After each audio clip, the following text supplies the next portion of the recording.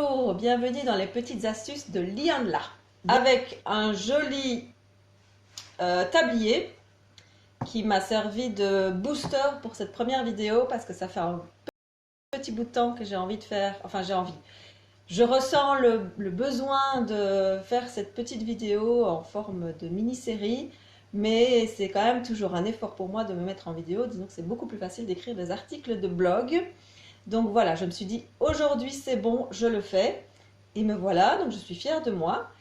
En fait, c'est quoi les petites astuces de Lianla? C'est tout simplement, voilà, comme je disais, des petites séries sur comment se soigner de manière naturelle, donc sur les cosmétiques naturels en général.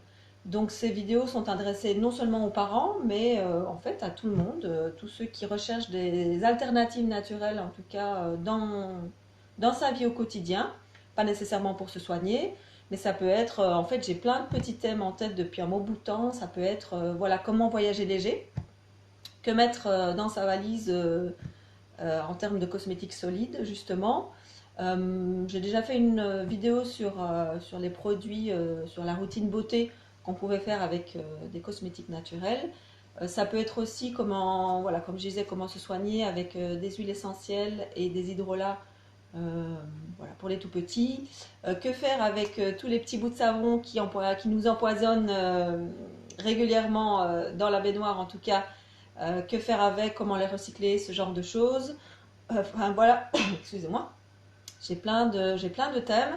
Par contre, si vous avez des suggestions, des envies, des besoins, n'hésitez pas à les partager et je verrai comment faire pour vous répondre. Donc ça me ferait très plaisir d'avoir une petite interaction entre vous et moi, en tout cas. Voilà, et si vous avez des idées, n'hésitez pas à me les partager. La première vidéo, en tout cas, je vais essayer de ne pas trop m'envoler parce que voilà, j'avais dit que je ferais des vidéos assez courtes. Celle-ci, je parie qu'elle est déjà en train d'être trop longue. Donc, je vais vous parler d'une situation que j'ai vécue avec ma fille la semaine dernière. En fait, elle avait une petite mycose au niveau de son dos que j'avais déjà vu quelques jours auparavant. Et je me suis dit, tiens, comment je vais faire pour la traiter localement sans aller chercher une crème à la pharmacie ou toutes des choses que j'aime pas trop.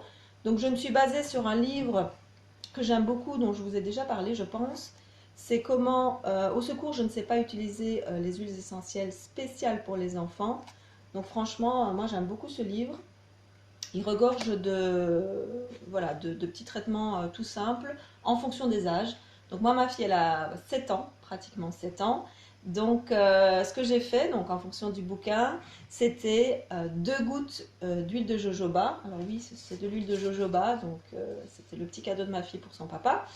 Donc 2 gouttes de jojoba avec 2 gouttes d'huile essentielle d'arbre à thé.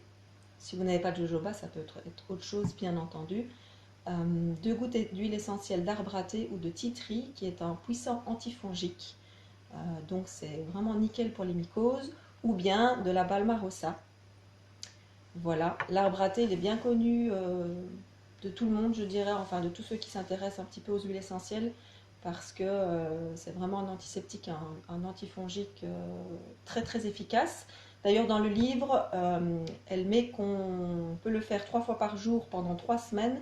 En 2 jours, la mycose avait disparu.